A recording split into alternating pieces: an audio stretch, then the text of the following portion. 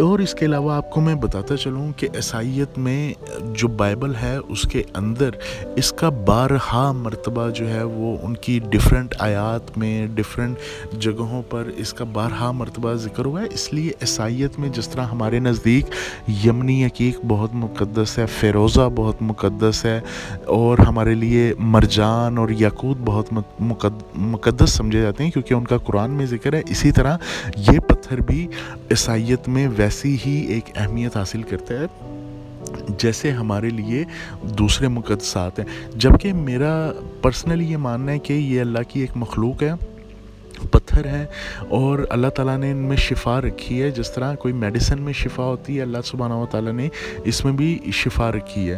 اب میں بات کروں گا دین اسلام میں بھی اسے بڑی جو ہے وہ اہمیت حاصل ہے.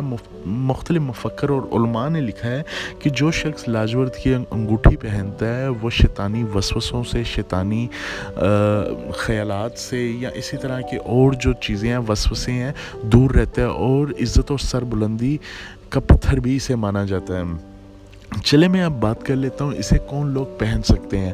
اسے ہر کوئی انسان پہن سکتا ہے, یا وہ بھی اسپیسیفکلی پہن سکتا ہے جن کے ذائچہ میں جو ہے سیٹرن یعنی کہ زحل جو ہے وہ سٹرونگ ہے, اور اس کو مشتری یعنی جوپیٹر کا بھی حاکم اس کا تالے سمجھا جاتا ہے.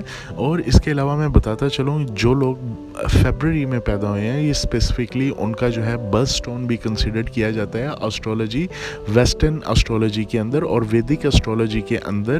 یہ جو ہے یہ ٹورس, اسکارپیو ان کے لیے بھی مفید سمجھا جاتا ہے. چونکہ اس کا حاکم سیارہ زحل ہے اس لیے اس کو جو ہے نیلم کی جگہ بھی استعمال کیا جا سکتا ہے, کیونکہ نیلم پتھر کا بھی حاکم سیارہ جو ہے وہ زحل ہے, اور لاجورد کا بھی, لیپس لازولی کا بھی حاکم سیارہ جو ہے وہ زحل ہے. تو اس لیے اس کو نیلم کے متبادل یا اس کا الٹرنیٹیو سمجھ کے بھی کنسیڈر کیا جا سکتا ہے. اور اس کو میں بتاتا چلوں کہ اس سٹون کو اور کیوں اہمیت حاصل ہے وہ بہت سی مختصر ہی میں کرنا چاہوں گا. اس سٹون کا فائدہ جو ہے وہ لوگ ایکنی جس کی بہت زیادہ پرابلم ہوتی ہے, ایکنی کے اوپر اس کا پاؤڈر رگڑا جاتا ہے, اس کی انگوٹھی پہنی جاتی ہے. جس کے سٹمک میں بہت زیادہ پین رہتی ہے اس کو جو ہے یہ اس کی انگوٹھی پہنائی جاتی ہے. جن لوگوں کو مرگی کے دوڑے پڑتے ہیں ان کو بھی اس کی انگوٹھی پہنائی جاتی ہے, اور اس کو ہیلنگ سٹون بھی کہا جاتا ہے, اور کیونکہ اس کے اندر ہیلنگ پراپرٹیز ہیں. اور یہ وہ ساری ریسرچ ہے جو اس دنیا میں اس سٹون کے اوپر کی جا رہی ہے اور جو سائنٹیفکلی اور میڈیکلی پروفڈ ہے.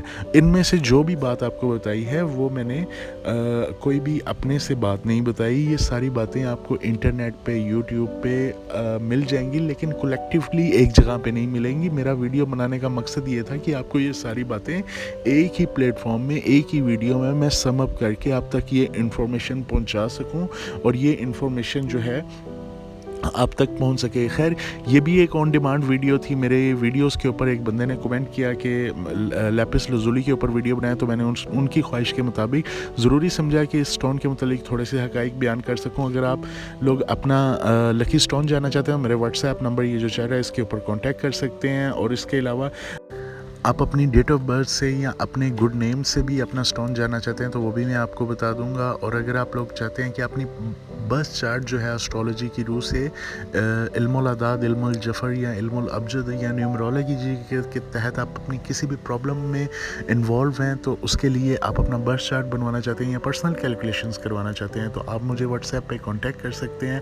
اور اگر آپ کسی سٹون سے ریلیٹڈ جاننا چاہتے ہیں تو آپ مجھے بتائیں, میری ویڈیوز پہ کمنٹ کریں. میں نیکسٹ ویڈیو جو ہے اس پہ آن ڈیمانڈ آپ لوگوں کے لیے بنا کے لاؤں گا, اور میری کوشش یہی ہوگی کہ آپ کو پرفیکٹ اور وہ نالج دوں جو آپ کو کہیں اور سے نہ ملتا ہو, اور جو فیک نہ ہو, اور جس میں بس باتیں ہی نہ ہوں. خیر یہ میری آج تک کی ویڈیو تھی. امید کرتا ہوں آپ کو یہ ویڈیو پسند آئی ہوگی. اگر میری ویڈیو پسند آئی ہو تو میرے چینل کو سبسکرائب کر دینا. آپ لوگوں کا اتنا پیار ہے جس کی وجہ سے میں آپ کے لیے ویڈیوز لے کے آتا ہوں. خیر مجھے امید ہے کہ آپ لوگ ہمیشہ اسی طرح پیار کرتے رہیں گے, اور میری ویڈیوز کو لائک اینڈ سبسکرائب جو بھی آپ کرنا چاہیں وہ کر سکتے ہیں. اور اس کو شیئر بھی ضرور کر دیجیے گا ان لوگوں سے اگر کوئی بندہ سٹونز میں انٹرسٹڈ ہے. یہ میری آج تک کی ویڈیو تھی. آپ سے پھر ملاقات ہوگی. اپنا خیال رکھیے گا. بائے, اللہ حافظ.